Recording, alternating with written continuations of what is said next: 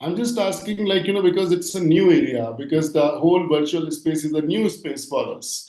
How do you think that, the governments or the regulations are necessary for platforms? I would say, especially after seeing the pretty long evolution of the AI Act and the recent approvals, which clearly was a happy moment, I think, for many AI researchers out there.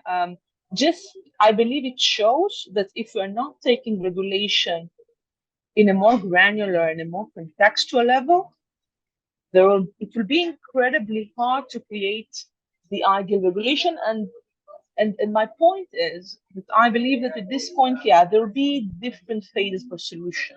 It needs to include digital literacy. It needs to include the platform. But I would say that the engine that needs to start it and kind of fill in the void that we are seeing, which is the fact that we don't have clear regulation against deepfake, is to have, I would say, a more nuanced regulation addressing certain case studies. The cross-cultural variance in terms of delivery, in terms of content moderation is immense. There have been studies about this. We have seen the impact of lack of linguistic moderation in Meta over the past. We've seen this in different countries. We've seen this in Brazil. We've seen this in Myanmar. The point here, and that's what I believe will be also the delivery challenge of the AI Act in many ways, is the fact that it still creates pretty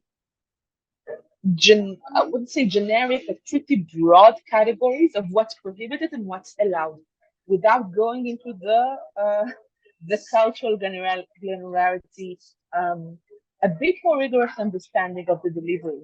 So I would say that I hope to see future regulations addressing uh, deepfake mitigation and moderation across case studies, and we've seen this over the past, especially coming from tech companies that trying to see what's supposed to happen in different case studies, but also from government initiatives trying to promote um, a more accurate understanding of where deepfake is beneficial and when it's not.